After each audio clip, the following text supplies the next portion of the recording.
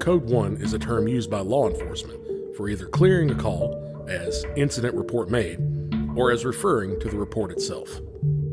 Welcome to the Code 1 podcast, where we start with the facts usually found in the initial reports and scene of the crime, work our way out, and back in. I'm your host, Jason Zod, a professional investigator with over 19 years' experience. Join me as I talk with others who add their own valuable perspectives to a podcast where assumption is always second to deduction.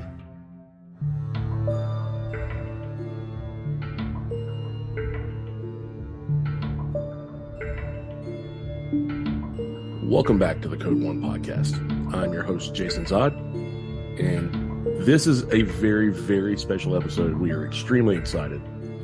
First off, let me introduce to my right the man who's always with me, my partner in crime, award-winning investigative journalist and host of the Trash Podcast, John Hunter. How are you doing, John? I'm excited to be here for once. You were actually a little jittery, and I never see that. It's great. As many guests as we've had on different podcasts, we are very excited. Yeah. And the reason we're excited is because we have the one, the only, Nic Edwards with us tonight from True Crime Garage. Nick's got a new book out. We are extremely excited to have him tonight. So, Nic, welcome to the show. How are you? I'm wonderful. Thank you, Jason, and thank you, John, for having me on your show today. Well, thank you. And Nic, you have a new book out, and it's about a case that we're really we're very familiar with, and it's also close to us as well. And I think that could be said for a lot of people, but you take a different approach. The book is called The DELPHI Murders: The Quest to Find the Man on the Bridge. Now, anybody that is familiar with this case knows the man on the bridge. They know Bridge Guy. He goes by several names, and they know this is an atypical case. This is not your flight of fancy. I can get all I need to know in one episode of listening to a podcast. Mm-hmm. This is a deeply involved, complex set of circumstances that led to a double homicide, of two young girls. Now, in your book, you take the approach of finding out you're involved with the investigation. You're not involved. You're trying to sort of analyze the investigation, where they're going in this, which is, I think, you have a lot of online sleuths that will try to, I guess, make educated guesses on things, or less than educated guesses. You've got a lot of rumors around this case, but you're taking a much more of an in-depth, more analytical look at this investigation, which is extremely complex. You're working the case. Right.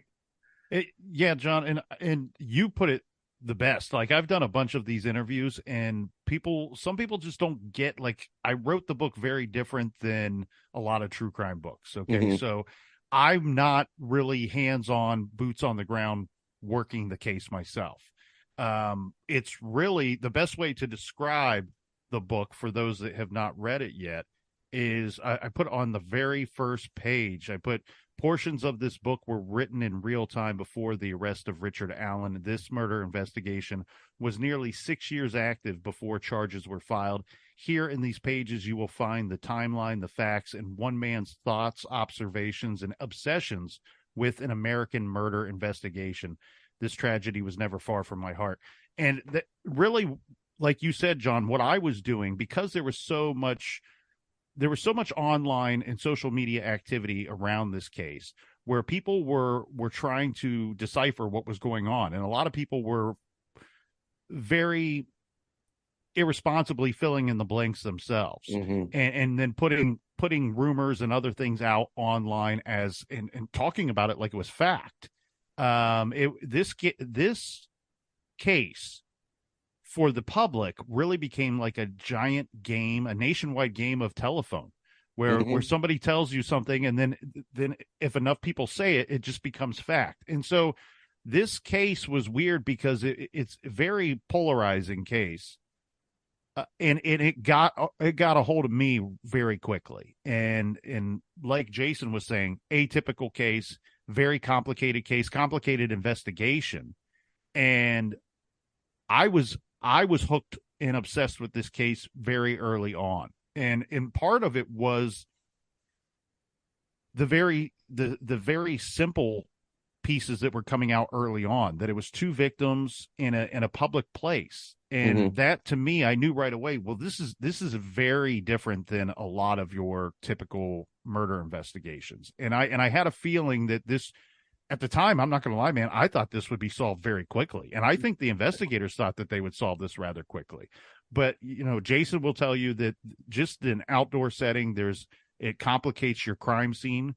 The amount of, when somebody is killed in the back room of a gas station, that's a much more controlled environment for a lot of your physical evidence. When somebody is killed outside and then not found for 12, 15, 18 hours later, that can complicate your crime scene big time. And then keep in mind, we had search parties out there looking for the girls. A search party is ultimately who found the girls, and then law enforcement. And this thing it went from a small town murder to a nationwide case very quickly. And I became obsessed with the investigation. I was really investigating the investigation because they were putting out tidbits of information along the way over the years. And I've been doing True Crime Garage long enough that I could typically look at an investigation and look at what police are saying and what they're not saying, and have a good idea of what's going on behind the scenes and what's going on behind closed doors.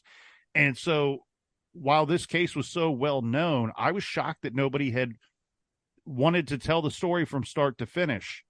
And I think a large part of that was when I first started writing the book, Richard Allen had not been arrested yet. And I wasn't waiting for an arrest to sit down and write the book. I was actually fed up with the case. I became so obsessed with it that I thought that, you know what, if I could just finally, we covered it on True Crime Garage, 14 or 16, 18 episodes. I don't know how many episodes we covered Delphi over the years. Right. But this book was kind of my way of walking away from something that I had become a little crazy with. Yeah, I share that frustration easily with you on that one. Yes, thank you. And so really this book was, because I've had a couple people, like the first couple days it came out, I think one of the comments was like, dude, you do know they found the guy, because the title, The Delphi Murders, The Quest to Find the Man on the Bridge. Sure. And I'm like, yeah, I know they found the guy, but if you start on page 1 of this book, it tells you about my experience observing the case and investigating the investigation from really what was like day 2, day 3 of the investigation. And it took 5.5 years to lock somebody up and to bring a face. Originally, I wanted to call the book The Face of Evil. And part of that was because when I started, like I said, we didn't know who was responsible yet. They had not put a name to Bridge Guy. They had not put a face to Bridge Guy. We had 2 composite sketches of the suspect. We had the video, the image from Libby German's phone, one of our victims. And so we had what we thought was the face of evil. And then finally we get a real face. We get Richard Allen's face. 5.5 years later, he's arrested. So it's a complicated way of, but a unique way of storytelling this very tragic and heartbreaking case. But I think that's such an important aspect of it, though, because it's not like this was stumbled upon. You had, I would say, 3 agencies full time working this at one point, where it became people were questioning who's in charge, what's happening. Mm-hmm. You had Indiana State Police, you had the sheriff's office, and then at one point, I think was the FBI was FBI was definitely on scene. FBI was heavily involved in this case too, and you start looking at some of the investigation and aspects of the investigation, and Jason will tell you that there can be a lot of infighting when you have this kind of case, right? Because this case is not like husband kills wife or crazy girlfriend kills, drug using boyfriend. Those are your typical cases. what we have here is a case where everybody wants to find who did this. You can't go into a beautiful American community like Delphi, Indiana, and kill a child, kill two children. This is, I mean, the worst of the worst. This is one of the most heartbreaking tragedies that anybody can imagine. And it's a crime against the entire community. It really is. And that community wants their pound of flesh. We can't get our girls back, but we want to know who's responsible. We want to make sure they can never, ever do anything like this again. And that community, Delphi and Carroll County, Indiana, what a beautiful community to see the way that those people pulled together and the strength that they had, the courage that they had to band together and see this thing through and rally around. I want to champion and give kudos and pat those on the back that rallied around these families that were suffering.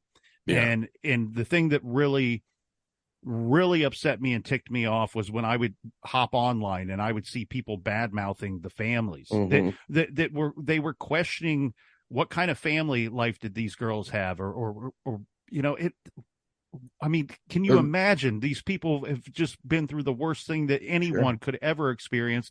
And then people were questioning what kind of parents they are online, or even saying that the grandfather looks like Bridge Guy. Sure. They accused, I think everybody in that family was accused of that crime at some point by the, you know, these public two things that trolls, if you will. You know, It's just awful. Two things that really strike me about this particular case. It may be the first true blue internet sensation murder case. The real first one that involving social media, the modern internet, and the lack of empathy and understanding of human cost that has been exhibited by people who are treating this surely as a voyeuristic entertainment campaign. Yeah, is astounding. And I think there's a lesson to be learned in all of this for people who like true crime, who enjoy this, who, you know, are amateur sleuths. There's nothing wrong with that. But there is a human cost to this. These are real people. These are real deaths. This has happened. This community has been wounded, just like Nick said. And there is a double-edged sword. They do need justice, and they do need a sense of safety by bringing this home. And any disservice to the case is a disservice to those people and those families. And I think also the family definitely took a lot, but there are people that it seems like everybody in that town was named as a suspect. You know what I mean? So like, I can't imagine being in that family and not only being looked at that way, but also like you're in your own hometown and everybody is suspicious because, you know, it's gotta build up in your mind. You have to think like, could that be the person? You know, could that be the person? And if I could jump back to a point Nick made at the very beginning, which was an excellent point, so few people make. Thank you for saying about how contaminated that crime scene was from Jump Street. Yeah. About how, you know, anything outdoors, you've already got an erosion of evidence. And then you add in a search party. Who knows who trampled what? Who is out there smoking, spitting on the ground, taking a leak, whatever. It all adds up. It all is a contamination of a crime scene, particularly in a double homicide. And I think a lot of people overlook that fact that this was from get-go. You had a lot working against you, even in light of the amazing evidence you don't generally see with the electronic evidence and the digital stuff. That's an excellent point. And a lot of people miss that. Well, and that's the thing that I don't think that the general public has a grasp on. Even people that watch, you know, Discovery ID and they're tuned into true crime all the time. Everybody's an armchair sleuth nowadays, and kudos to them. And I'm glad that that's where we are going, because I think with this recent fascination by the masses with true crime and its popularity, I do think that we are getting people that are becoming more aware of their own safety and how to keep them and their families safe, as well as people that are returning to backing the women and men in blue and having an appreciation for the hard work that they do. And this crime scene, I mean, so to give a couple of examples to those that are not familiar. I mean, keep in mind, there's a rather large creek near where the girls were found. So if you're a detective, if you're one of the investigators down there, or you're there trying to collect physical evidence, you're collecting everything, and you do not know if it's evidence at all. Anything floating in that creek nearby the crime scene, the murder scene, you have to collect all of that, bag and tag it. And you know what? It could be something that some litter bug threw in the creek 3 weeks before the murder and have nothing to do with it. It could be, like Jason was saying, search party out there spitting, or just walking around, trampling over the scene. And think of the enormity of that crime scene as well, because that crime scene technically starts at the trailhead where the girls were dropped off, and it doesn't end where the bodies were found, because you don't know. We still don't, to this day, even though we have Richard Allen behind bars, we don't know how he left exactly the route that he left the crime scene. So, a very complicated case right away. And then circling back to what John was saying about, you had two things going on here in Delphi and in Carroll County. You had one, everybody looking over their shoulder, right? Everybody looking at the man sitting in the diner going, is that Bridge guy? Or is he going to do it again? Are my kids safe? But then the flip side of that, you had everybody online accusing everybody and their brother of being Bridge guy. And that's the thing. Like, if people that don't know about this case, I talk to people and they say, man, I listened to an episode or two of your Delphi coverage on True Crime Garage. I got online, started reading. Next thing I know, I was reading stuff for 3 days. And you know what? I guarantee 75% of it was junk that they were reading online. And so I wanted to put together a book that is not only the facts and the timeline as it were, but also like my thoughts and analyzing that information as it was coming out in real time, and my thoughts and feelings in real time. I mean, we had people online going, this guy looks like Bridge guy. He has to be Bridge guy. He looks exactly like him. And then you get to talking to the person that put that person's photo online, and where is that man? Oh, he's in Hawaii. Well, damn it, you have to be able to put that guy in Delphi, Indiana on the day of the murders. If you can't do that, if you can't even put him in the state of Indiana in February of 2017, newsflash, he ain't your guy. He ain't Bridge guy. It's impossible. Right. And so we had people online. This is what infuriated me.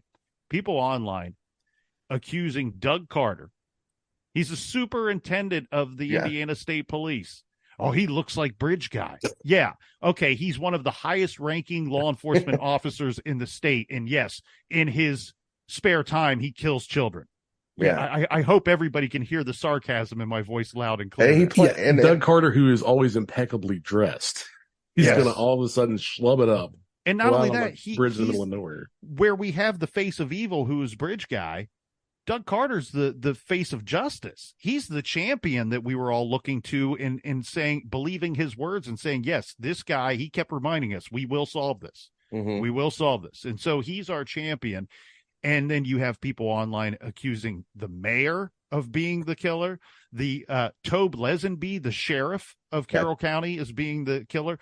The Libby German's grandfather accused because he looks like Bridge guy. And here, at the end of the day, Jason and John, and I know you'll agree with me on this, we have all these people posting side-by-sides online. It's not a very good picture of Bridge guy that we have. All you can tell is that it's a white male who dresses like any other white male would in rural Indiana. Well, it's also from Snapchat. The actual picture is, are you talking about the actual photo and the picture, right? Not the I was talking about the still from the movie. Okay, gotcha. Okay. The not to get a little too deep into me, but I worked both homicide and ICAC crimes when I was a cop, and so I was intimately familiar with Snapchat and how it was used for surreptitious communication with underage children to get whatever. Also, how the actual software worked, in addition to all the homicide stuff. And, that grain structure of that phone, what the pixelation, like, I mean, these were extremely grainy photos. There wasn't enough data to mine to enhance accurately. So yeah, it was, to put it lightly, a piss poor representation of what someone would actually look like. It was, better in the motion and to get height and, actual, I guess, just to know sort of data derivation, but to actually know what that person looked like. The human face is so complicated that a grainy pixelated structure is going to just be open for interpretation. You're going to have a lot of matrixing by people in those comparisons, and it's easy to get false comparisons that way. So to that point, that you're 100% right. And I've had people ask me that, because police had to make a decision.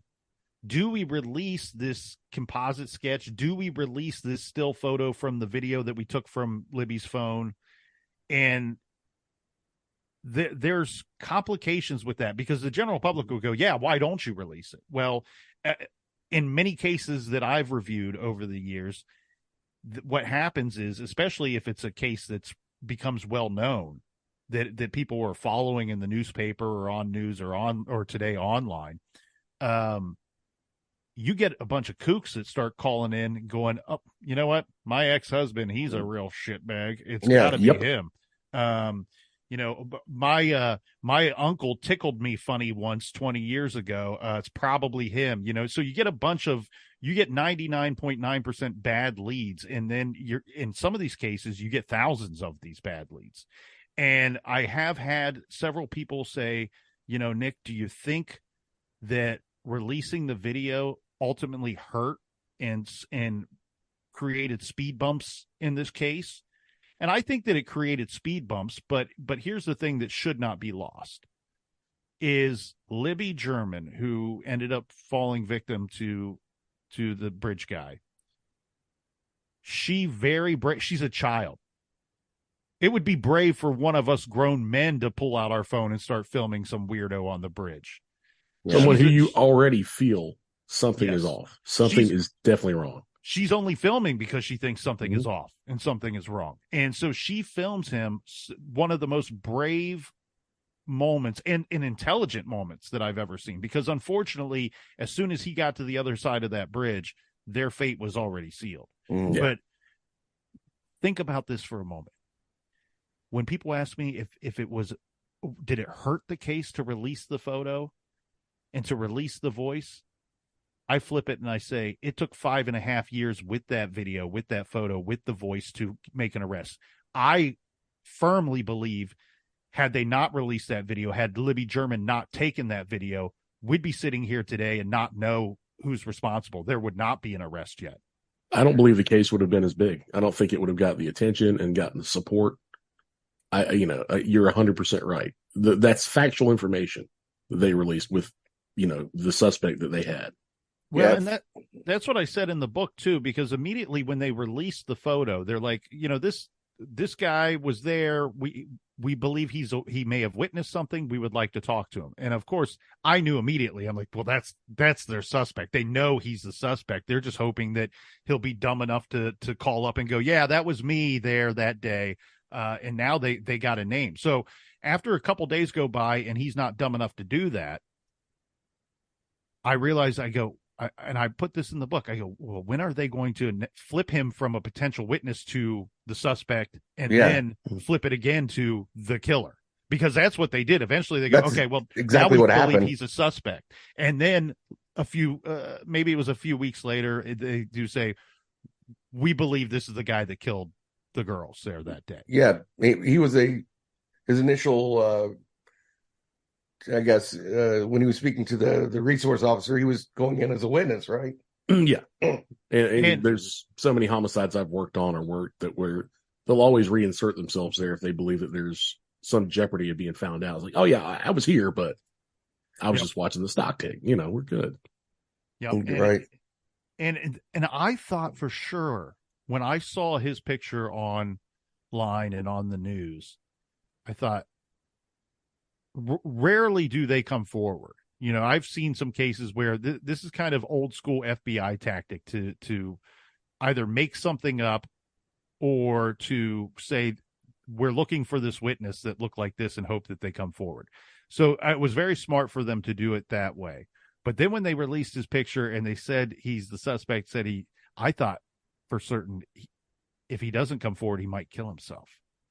And part of me, the revenge side of me likes that idea, but then the more intelligent part of me says, well, then we would never know who was responsible. Well, it's so much worse for them to not punch their own ticket.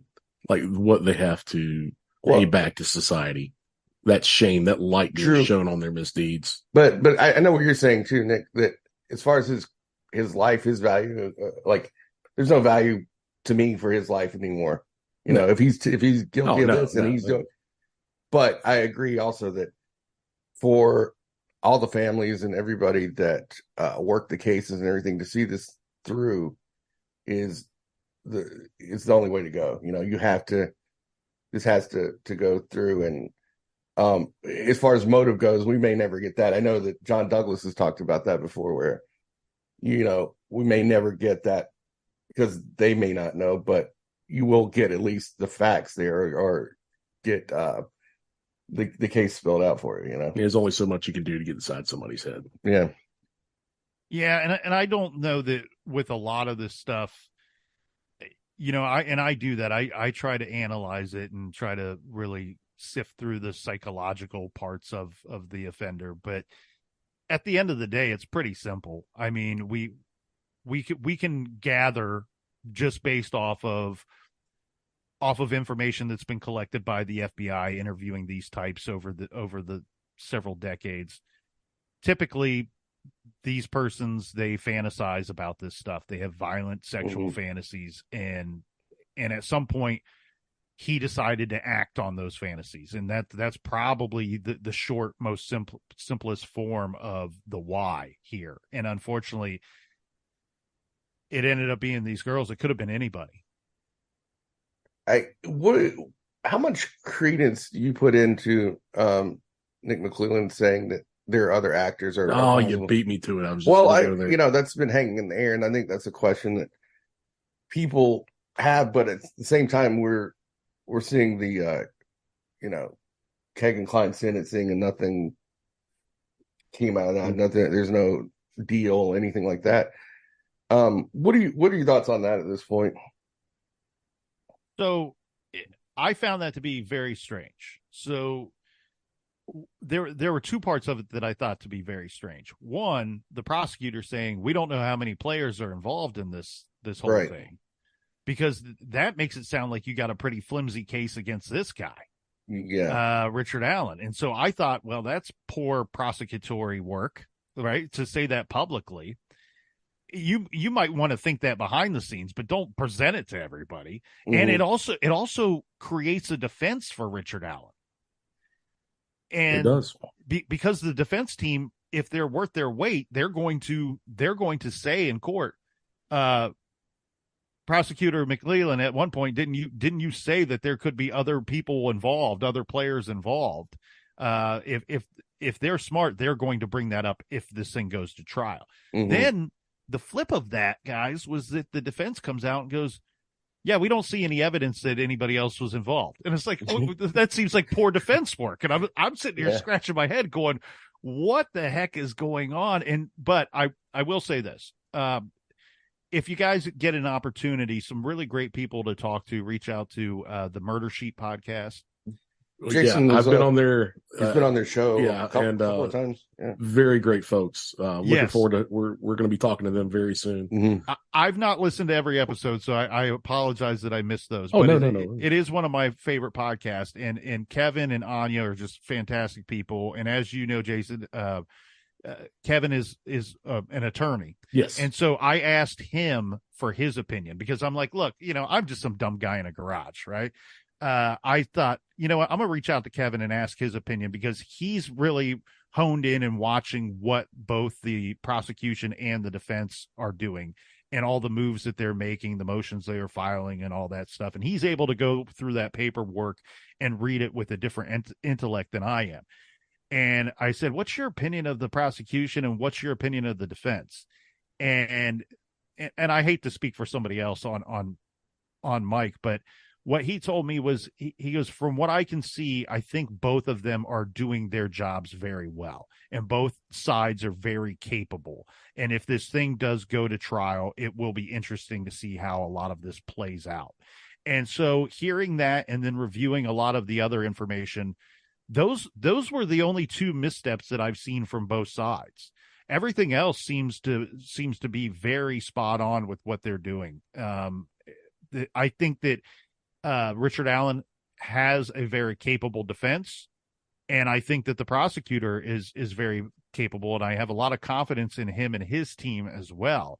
And that's what you want, right? Like you said, John, that you don't, at this point, you may not care or have any concern about Richard Allen or his life. But at the end of the day, what we do want is for him to have good, capable representation so that we can get all of this stuff right the first go around. And let's not, if he is responsible, and people, that's what everybody wants to ask me when I come on these interviews. Is he guilty? Well, luckily for all of us, there are 12 people that will be selected to decide if he's guilty or not. And they will be given much more information than we've ever been given in this case. And they can decide if he's guilty or not. And if he is guilty, let's get this thing right. Let's not give any reason for appeal here. Right. One fear I do have, and I don't want to get into a lengthy death penalty, death sentence, pro or against it conversation, because my views and opinions of the death penalty are very complicated, to say the least. I'm right there with you.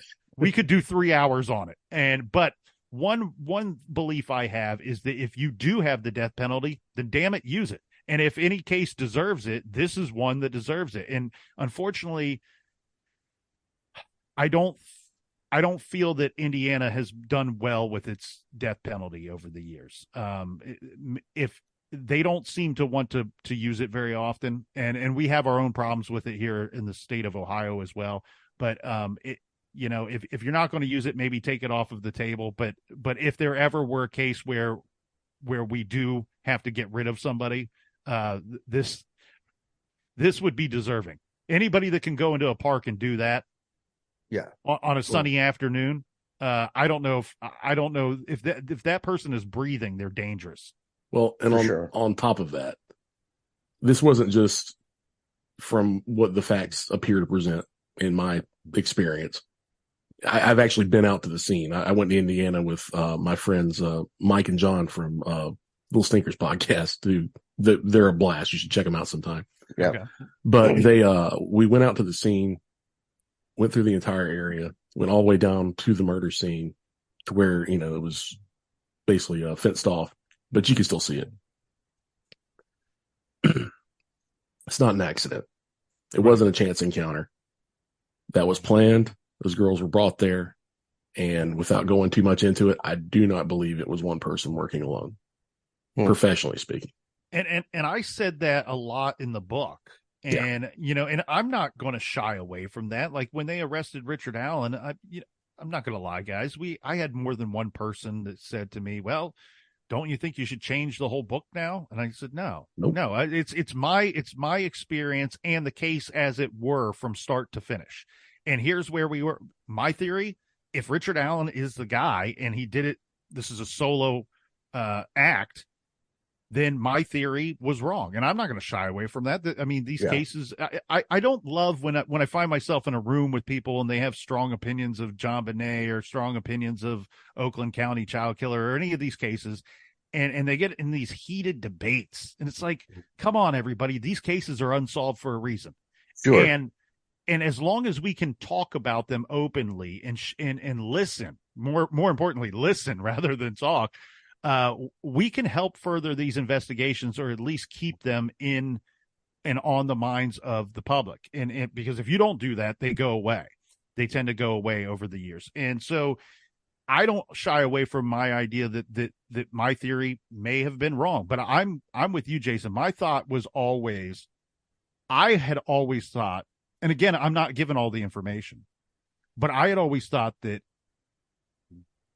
a man or two men went there with the goal of abducting and removing them and taking someone or someone's out of the area into a place of privacy. Yeah. That's what I had. And that I always thought that maybe this just went wrong, right? Like they couldn't control them. They lost their cool and that it just went wrong. And we still may find that out. Right. We don't know all of the facts here. Well, I think we can add Mind Reader to your CV there, because that's pretty much exactly the way I've been since I went out there, saw the scene, put everything I had together. It does look like attempted sexual assault and kidnapping at the very least. And then whether in whoever's mind they were going to commit murder, it seems like in one person's mind, one party's mind, the goal was to commit murder or inflict violent bodily harm. And that may not have been the case with all parties, which has happened many, many times. And that's kind of how this animal's been moving, since I've been tracking it. It seems that there was so much evidence lost digitally through Kik, especially, and Snapchat, which I know you're very familiar with those things now, but the clock is ticking the moment the data is sent on those. And I have a whole other thing about that, but I think you stated artfully. I think in what I've read from the book so far, you have a very comprehensive. If someone wants to learn about Delphi, read this book. It's a comprehensive view. There's like not bare bones, but there's common sense analytics that Nic puts in there. I think are very, very helpful. Well, and also there's the experience of all these other cases that you looked at. But you mentioned one thing that I think is important, which is you said that in the book, and I think this is important to illustrate to people, that you had theories, they were wrong. You moved on to what the information was given, right? There are people that are still sticking to things that happened 3 or 4 years ago, that they're definitely Daniel Nations. Yeah, like those, certain names that were thrown out there that they're adamant that it was this person. Just they haven't moved on with the case, and it's the fear of being wrong, I guess. I don't know, but that's caused a giant headache publicly for a lot of people as well. Well, and you've had, even with the agencies, I mean, it looked at one time that several members of the FBI were pretty dead set that Ron Logan was responsible. Right. Yeah. Or at least they presented a very strong case to a judge to sign off on search warrants. And from my understanding, that after Ron Logan died, and for those not familiar with the case, he owned a very large piece of property that was very near the Monon High Bridge where the girls were abducted from, and they are found on his property, at the very back of his property. And he owns a very large piece of property out there nearby. And after he dies, there were people that were tearing down the Justice for the Girls signs and the wanted posters with the composite sketch of the suspect. They were people that were tearing them down and pulling those signs from yards because they're going, Ron Logan did it and he's dead. It's solved. We don't need to keep working on this. And so if Richard Allen did do this, and it looks like there's pretty good evidence that he was involved, that he was there. Sure. And if there was anybody else involved, regardless of their level of involvement, if he wants to do himself a favor, now's the time, man. Now's the time to start talking. I hope he sings. Yeah. Yes. That'd be wonderful. That makes me wonder about the level. They talked about the confessions in the it's a prison, right? He's actually being held in a prison, but the confessions that he's given, like, what's the depth of those? What's the context? What's the context? What are the depth? I mean, of course, we won't find that out, but I'm very, very, very curious about that. I'd be surprised to see Richard Allen go to trial personally at this point, from what I'm seeing. Well, and think about this: had that video or that still image from the video never come out, do you think he ever talks to the resource officer? And if Probably not. if he never talks to the resource officer in that little note, that little statement that they took, and it seemed to have been buried under a mountain of paperwork for 5 years, do you think that they never find that statement because he never gives a statement, and then they never connect the racked live round back to his Sig Sauer gun? I don't think we so. can do an entire episode on just what you said right there. No problem. But I don't think so, just because I feel like he lived those 5 years and we never heard, there was no breakdown that we know of, no confessions, anything like that. Oh, I think it's other things get me too, is back to the scene. And this is, I know you got to go and you've been so generous with your time, but I want to say this real quick. What if someone, this is completely just in my mind, just let's just say if someone saw a plastic bag at the scene and didn't bag it, what if, hypothetically speaking, it was the same type of bag that they used at the CVS where Richard Allen worked, and it was, the type that says thank you over and over again? Or Or it had CVS on it. Just saying, when people go out to get evidence, how important preserving that entire scene is, and hypothetically, if something like that was missed or written off, just how easily things can slip through, and how lucky we are that, what we have did lead to where it's going now. Even though so much slipped through, that didn't. And when we talk about things like, just trash or debris that is at that scene and may have been there weeks, months, or even years before the murders took place, of course, the defense will probably raise those questions if it does go to trial. But we do know that Richard Allen created a very high hurdle for his defense team to get over. And that is the fact that he says on record in his police interviews, I've never lent that gun to anyone ever. And I've never been to that piece of land where the girls' bodies were found. Yeah. Well, those things, if you were not there when they were killed, those two statements cannot be true. No. Well, one thing I like to say in interviews like that is, well, we didn't magic that shit up now, did we? Right. Well, let me talk real quick about some of the things you're involved with that I'm very proud of, and I'm very proud that you're involved with. Your victims' rights work is excellent. You're involved with the Porch Light Project in Ohio, which is wonderful. You guys finance free private investigations, lab testing. You go out of your way to help folks, and this is just amazing work. All the Lost Girls, amazing charity, great work.